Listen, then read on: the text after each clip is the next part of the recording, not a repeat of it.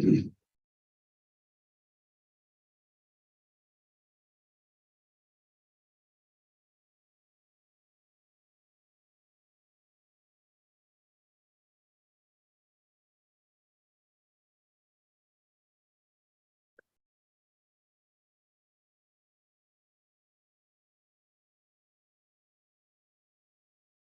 good afternoon, everyone, and thanks for joining this session today. We're going to keep it short today, keeping in mind there are only 2 assessment criteria in learning outcome 3 that we need to cover. I will try my level best to obviously, cover this in a bit as much detail as possible. But if you have any questions or queries, do feel free to ask me through the chat route, or you can unmute your mic and obviously ask me questions there. So in terms of what we are looking at covering today, looks at the health care management program, which is the level 7 OTHM diploma in health and social care management. We are studying the unit managing people in health and social care. And today we are looking at discussing the learning outcome 3, which is understand performance management in health and social care. So as most of you would recall, yesterday we discussed, or basically alluded to the fact that, career professional development and, development and training is a must and is an important aspect of, health, working within the health and social care sector. And one of the aspects of why training and development is essentially, done or, essentially focused on, essentially focused on within the sector is because here the employees, the staff which works within the hospitals or any sort of a care setup, generally tends to be, they need to have the most up-to-date skills and obviously have the requisite skills. First is to have the skills which are required to work within the sector. And the second is their skill set has to be up to date so that they are able to efficiently and productively perform within their role. And that is why the focus is on, training and development. Now, when we looked at alluding to performance management, why it is required and why it is managed, we looked at touching 2 aspects of it. One, if you develop a plan, and that plan is primarily, only reviewed, monitored, updated by you, then in that case, it is called a personal development plan. So you're looking at more or less self-managed learning, wherein you're managing your learning and the objectives of your learning and the activities yourself. But if that plan is basically reviewed by, your manager, your supervisor, by HR at the end of the year during performance appraisals, then you basically call that plan as a career professional development plan, because you will essentially be the custodian. You are going to develop it. You are going to basically review it, monitor it, but the reviewing and monitoring also tends to happen with your concerned manager. And in this case, because these activities are important for you to be able to, pick up those skills, gain that experience or knowledge required to effectively perform role, which is providing care to patients in any sort of a setup, then in those cases, we are looking at ensuring that, the training and development part of it is important from an aspect of, keeping yourself up to date. And managers, when they review your plan, they are tending to review this plan predominantly to ensure that you are having the right skills and the information leading to knowledge, and knowledge leading to experience that you can essentially then use while providing care services to patient. And they are focused on what is the aspect of what is called performance management. That means they're not looking at you taking on trainings or doing development in terms of journal development, but they are keen on ensuring that this training and development is actually leading to improvement in your way of working, your efficiency and productivity, and obviously the tasks that you're delegated with are being competently completed, and they are brought to completion, or they are competently completed so that they are meeting the required outcomes which are required as per the regulation or the policies and processes set in the organization. So with that context, what we're going to do is move it a bit further today in learning outcome 3. And here we are focused on understanding why is performance management important, or is an important aspect of working within this sector. And what we are going to be looking at is getting into details of what are performance management techniques. So things like that we hear about performance appraisal, 360-degree feedback. We look at management by objective, balanced scorecard. Those are the kind of things that we're going to discuss in detail. And as a manager, because this is a level 7 qualification equivalent to master's, what you're looking at is, as a manager, as a person, as a learner studying this qualification, being able to understand how these tools and techniques are used to manage your employees' performance or your peers' performance, or your, if you're a supervisor, then your team performance within the organization. So we will look at some of the basic concepts of, what it covers, but it has 3 assessment criteria. So one is explain the techniques which are involved in, obviously performance management within health and social care. Then we are going to be looking at understanding the methods that we can use essentially to identify, what would be the performance management techniques, and how do we look at, managing or picking up gap areas to find out that these are the areas which, will require development from a point of view of, a particular individual. And in the end, what we are going to be looking at primarily is the focus on, analyzing some of these techniques which can be effectively used. Because sometimes you know that sometimes what tends to happen is that there are lots of things and lots of techniques that we can use, but sometimes they are not apt for a particular organization, or they are not useful in a particular setting. And that is where what we need to do is shortlist some of the most, let's say, beneficial techniques which can be used and adapted within the health and social care sector for the purposes of, managing performance. So let's start our discussion today, by looking at a quick video from CIPD. And this particular video that I'm going to play essentially talks about, why performance management is an important aspect within the health and social care sector. So we look at a couple of the key things in terms of terminology in a second, but let's look at focusing on, first, looking and going through this particular video, which gives us a brief insight into what are the changing preferences. Are you spending too much time trying to track down service user records? So changing preferences or trends in terms of how performance management is done within, an organization in general. There have been a lot of changes to performance management over recent years, or at least some organisations have made massive changes. Our own research shows that a lot of these trends are really helpful. So we find the research backs up the view that performance management should be done more continually. Appraisal is not just something that happens once or twice a year, but it's more ongoing performance conversations that we need to be cultivating. But there were also some ideas that we challenge when we look at the research. So, for example, the idea that employees need to be involved in setting their own targets. It may sound counterintuitive, but this is not something which is backed up by research. There are a range of factors in performance management to try and get right. Performance management is not a single technique. One of the examples that I think is very, very positive is bringing in a strengths-based approach when you're looking at helping people to learn and improve their performance. The idea of this comes from appreciative inquiry. It's the idea that your opportunities for growth and improvement don't come so much from fixing your weaknesses or correcting what you're not good at. It comes more from understanding what it is you've been doing that's worked well. What was it that you did that contributed to that? And how can you expand on, build on, replicate that in other areas of your work? So as you can see that, with the changes that keep happening within the employment laws, it is imperative that performance management techniques also do change, and they need to be adapted in terms of, ensuring that they are fit for purpose when we look at in general, using them within an organization.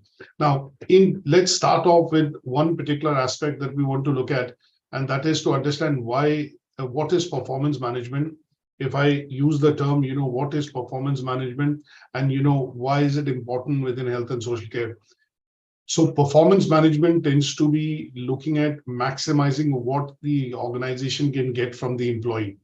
And that would mean that they will do everything in their power, whether it's through training and development, whether it's through goal setting, by changing the job description, or by looking at, providing guidance, which could be through mentoring and coaching.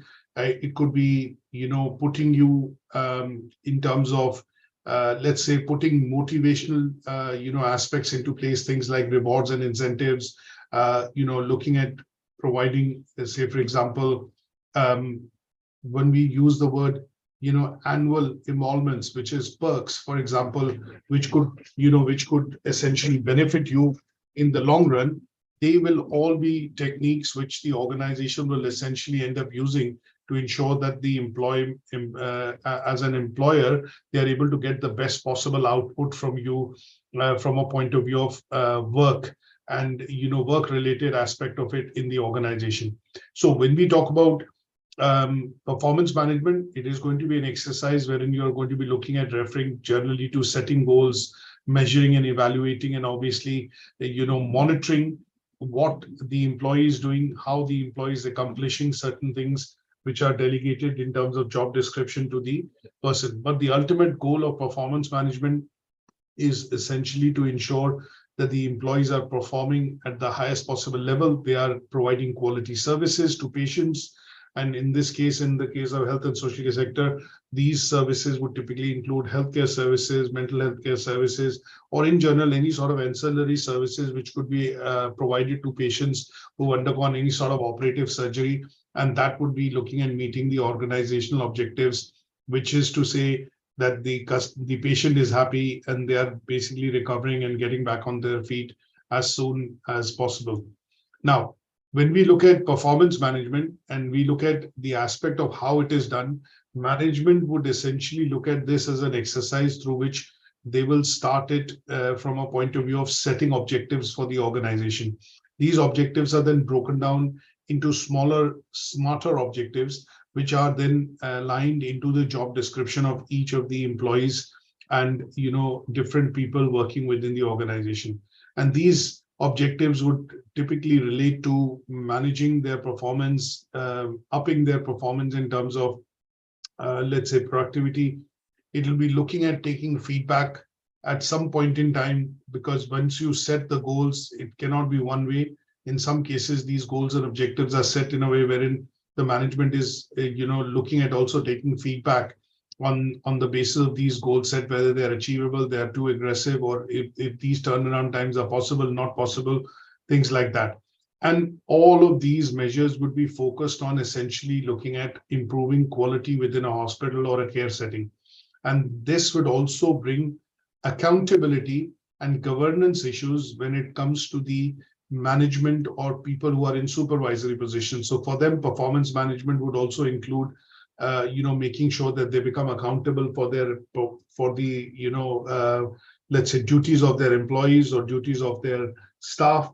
And also at the end of the day, they help in managing the setup or running the care facility to a particular standard as defined by CQC in the UK for any sort of a care setting or a setting which basically provides any sort of care services, to the members of public.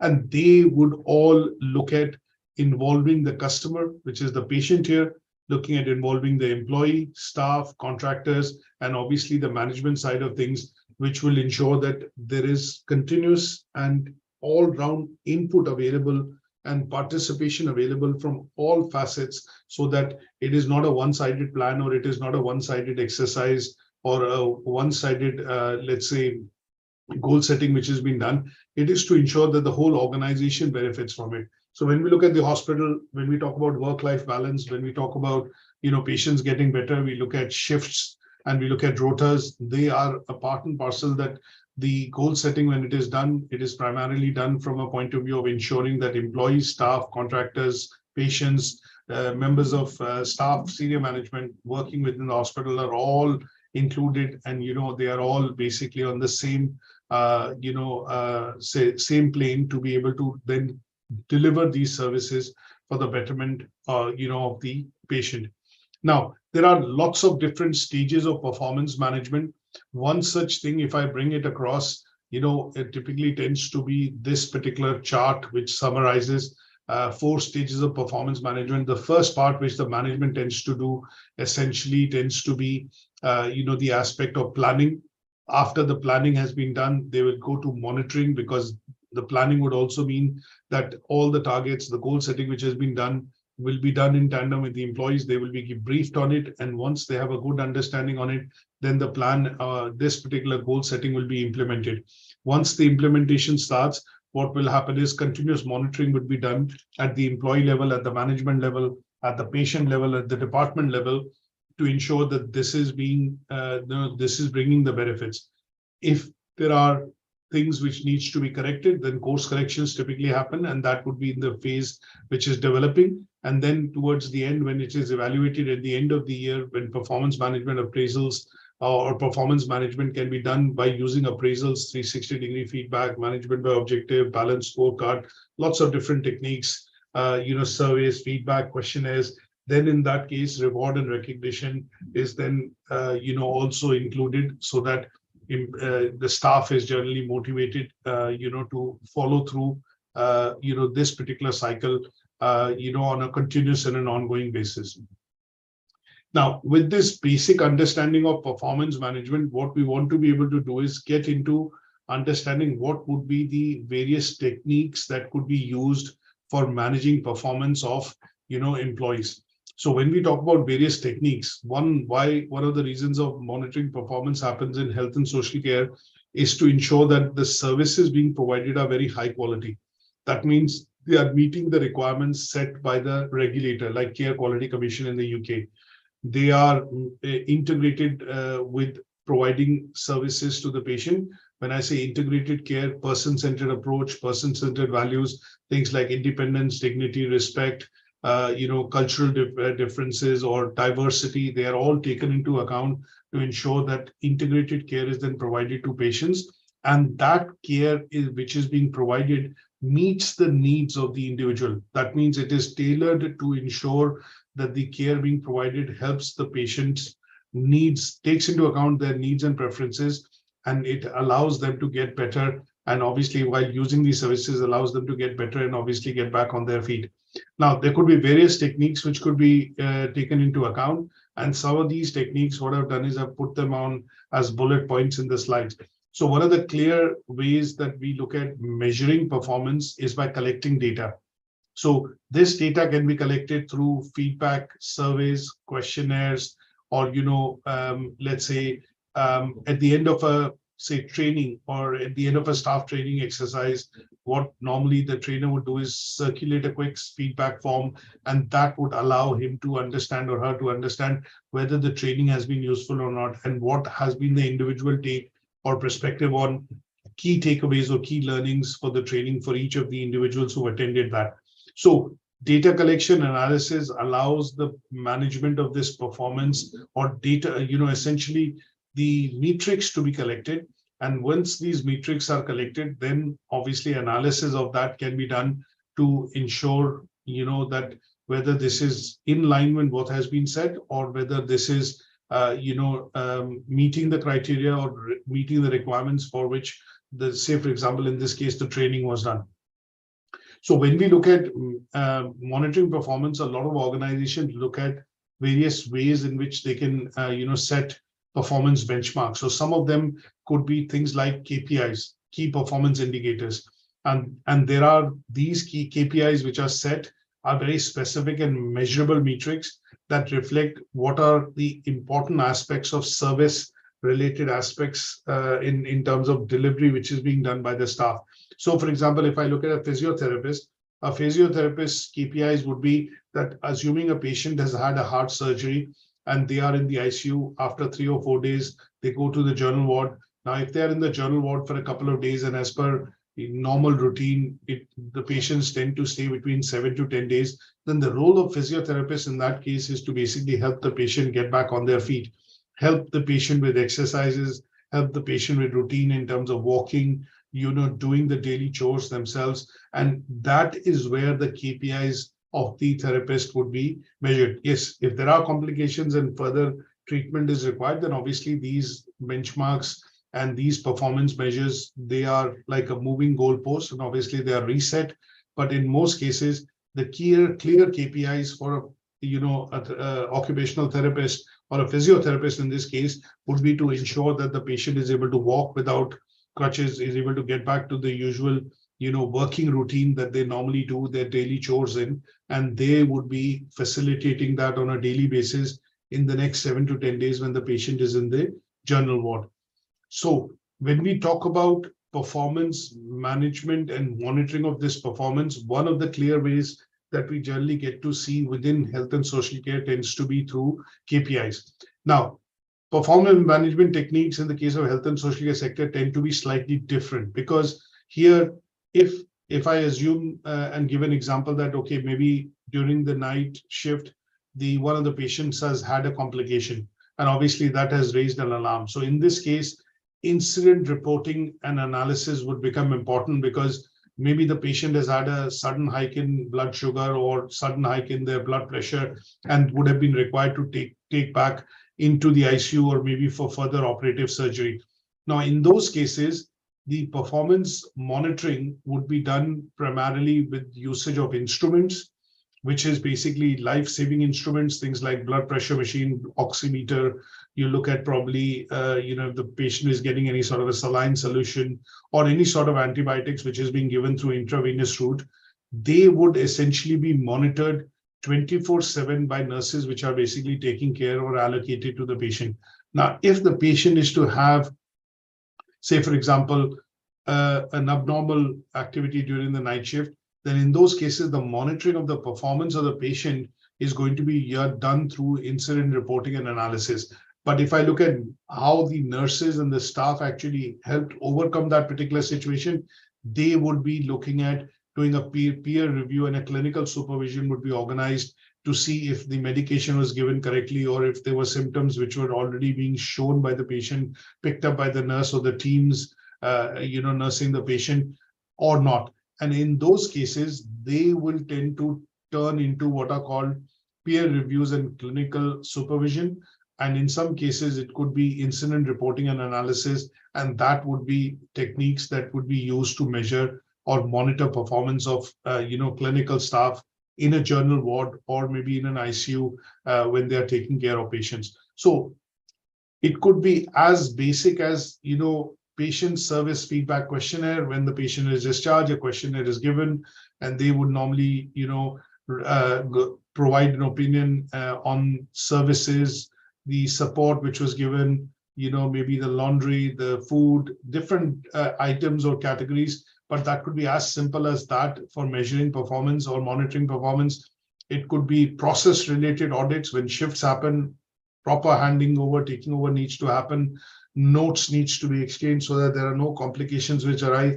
And in some cases, if things are as routine and normal, then it could be KPIs, which could be looked at from a point of view of monitoring those performance. And in severe cases, it could be monitoring done through incident reporting and obviously clinical supervision, electronic health records, which could be nowadays assessed through the mobile phones, and obviously lots of equipment which are used within the NHS to ensure that there is no, everything is recorded essentially.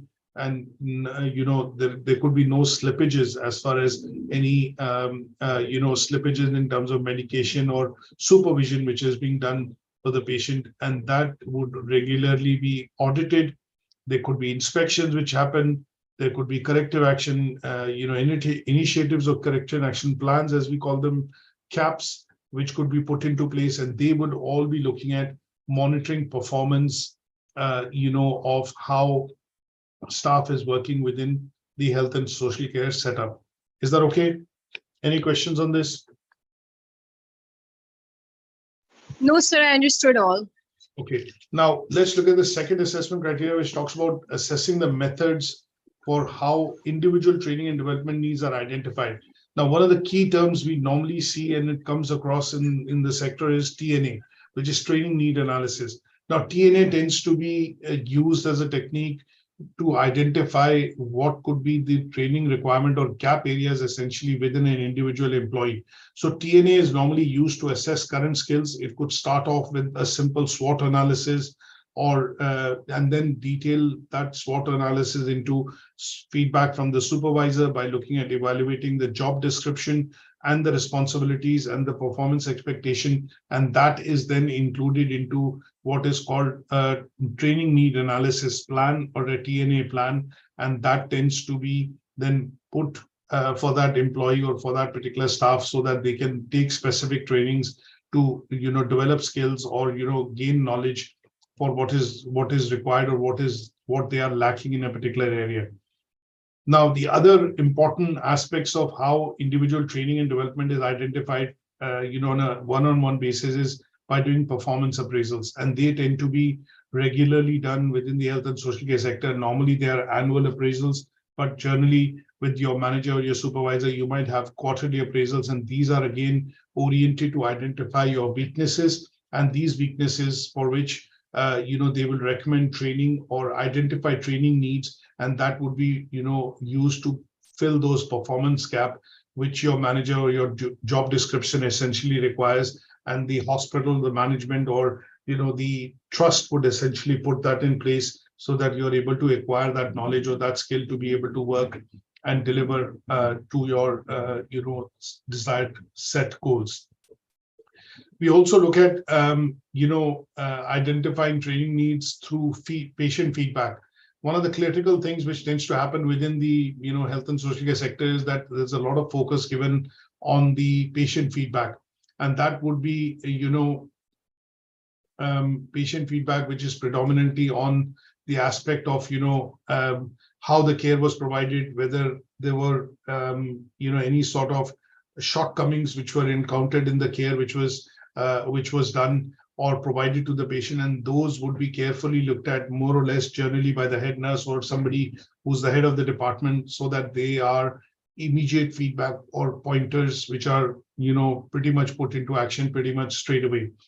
Now, there could be training analysis done also on the basis of observing and shadowing somebody. So sometimes what happens in the sector is that you are asked to observe other employees or other peers which are working within the similar roles. And if they see that they are not being able to use a particular equipment or not being able to provide, say, for example, a reasonable justification or deal with that particular situation, then in those cases, coaching tends to happen. And that tends to be more by looking at the aspect of following observations and shadowing. That means you might be a new nurse inducted into the hospital, you might be a new health and social care worker, you might be a junior doctor coming into the setup, and you would be basically working under the supervision of an experienced employee, and they would help you pick up some of the best practices or some of the usual practices which tend to happen within the setup much more easily by following the concept of shadowing. And then broadly speaking, sometimes you would also be looking at other forms of, let's say, assessing the training and, let's say, gap areas and training needs by looking at essentially taking a 360-degree feedback. Now, this tends to be that if you are working in a position wherein you are customer facing, which means you are also dealing with the patient, you're also dealing with families, you're dealing with, say, for example, internal colleagues, and you're also dealing with management, and in some cases, suppliers and contractors, then in those cases, the management looks at putting 360-degree feedback for that particular individual as a part of their annual appraisal, because they would want to gather, feedback from peers, managers, subordinate, and also look at, self-assessment, which is done by the employee to ensure that he or she is, clearly identifying any areas or any needs which are required, for improvement. In fundamental cases, we could look at, after say 5 years, a job role evaluation might happen, or, fundamentally, the hospital, if it is going wrong, or if there are results which are not meeting the criteria, if there are things which are slipping as per regulation or compliances, then in those cases, sometimes an overall overhaul of the structure or the management within the organization can also happen. It also takes into account any sort of future changes or emerging trends which are coming up. And in those cases, an overall typically tends to be done within the team, within the setup and the organization, in order to ensure that the whole setup is fit for purpose to be able to provide services. Sometimes you would also see training needs identify what are called, if there is a new recruitment happening, you would generally see in this sector, HR typically tends to employ also called the psychometric tests. So sometimes when you take on employees and you take on new staff and they seem to be very competent, what the management would tend to do in this case is also look at putting the candidates through what is called psychometric analysis. And they are validated tests essentially, or assessments which are required to be done to provide insight into what the traits, personality traits would be, your cognitive abilities would be, and they would aid the organization or the setup to understand how they would best tailor the training programs or the job description related to that particular individual.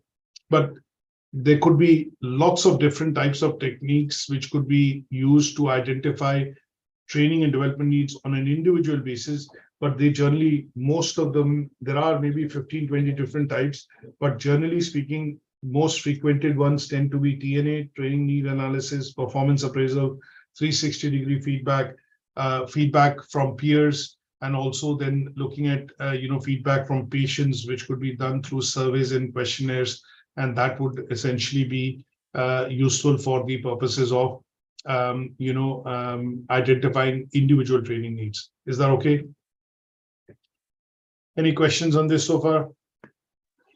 Yes, sir. It's all okay, and no questions. I understood it all. Okay, let's look at the last assessment criteria in this learning outcome. It talks about analysis of techniques which could be used for promoting continuous professional development in this sector. Now, we touched on the aspect of continuous professional development or career professional development. Continuous professional development tends to be when you're looking at doing trainings and improvements continuously throughout your career. At health and social care sector, customer services oriented sectors like travel and tourism, retail industry, banking, retail arm of the banking industry, they will all be customer services oriented. And in this case, there is a requirement for continuous professional development because things keep changing. They don't stand still. Now, when we look at CPD, which is in the case of health and social care sector, we are looking at training and development being identified not just as a one-off thing, but as a continuous process through which it will help train, update, maintain the staff to have and to be able to deliver high quality services to patients. When it comes to, say, for example, introduction of new equipment into the organization or a new process in the organization, again, training and development becomes important so that people are able to understand what is it required to do, how it is to be done, and then what are the desired benefits of this particular new introduction of the equipment or maybe the process, and how it streamlines, for example, the process in terms of reducing the time or in some cases improving the outcomes for the patient. Now, when we look at this process of continuous professional development or CPD, what we are going to talk about is the various techniques that are used to continuously train people in the health and social care sector. Now, every year, most of the staff working within the hospital or a setup in a care setup would be asked to have a training and development program. So the learning and development manager, L&D manager, would essentially, or somebody who's the director of learning within a trust or a hospital, would be responsible for ensuring that there is a training program in place for the organization. That training program is broken down into what is called CPD, and that would be at the employee level or at the individual level. Now, large setups and organizations could have things like portals, online courses, which could be subscribed through third party. You get logins and you're expected to complete some of these trainings throughout the year at your own pace. Sometimes there will be annual events which the organization holds, conferences, seminars that you go through, and they would be on a case-to-case basis. Sometimes the department head would nominate certain individuals to go, or in some cases, the whole team would be required to go because that is an annual conference or an event which is happening, or which is a sector related update, and for which you are required to attend that event. In some cases, you would also see some of these events also being done, or updates to your skill could also be initiated by providing professional memberships of bodies. And these professional memberships of bodies would essentially allow you to get access to journals or articles or peer-reviewed articles or research papers. And that would be a part and parcel of people who are involved in, maybe trying out, say, new techniques, or trying out new and improved patient, diagnosis techniques or things like that. And in those cases, you would remain informed by having this membership to be able of the chartered body or of a professional body, and that would allow this research material or data would be through that portal be available for you to be able to keep yourself up to date with developments happening within the sector or within your industry. There are sometimes in-house trainings which are also organized. So you might have a department head going to a conference, international conference, or a keynote, then coming back and being able to share the experience and then train some of the other internal staff within the organization. And that could be in-house workshops or trainings which could be done. Sometimes you would also see that in collaboration, this is something which is a given aspect. If I show you a website, University of Manchester in the UK, for example, so what I'm trying to basically say here is that if I look at certain hospitals, they have what is called a tie-up with the university or educational institutions, or they do collaboration with institutions to be able to, further the process of research, training and development within organizations. And this also tends to be an important aspect as far as, the development of, if I put it this way, the development of continuous professional development is concerned. So just to give you an idea of a website, if you look at Wythenshawe Hospital, which is one of the large hospitals in Manchester, you would see that they run certain parts of the programs in partnership with the University of Manchester.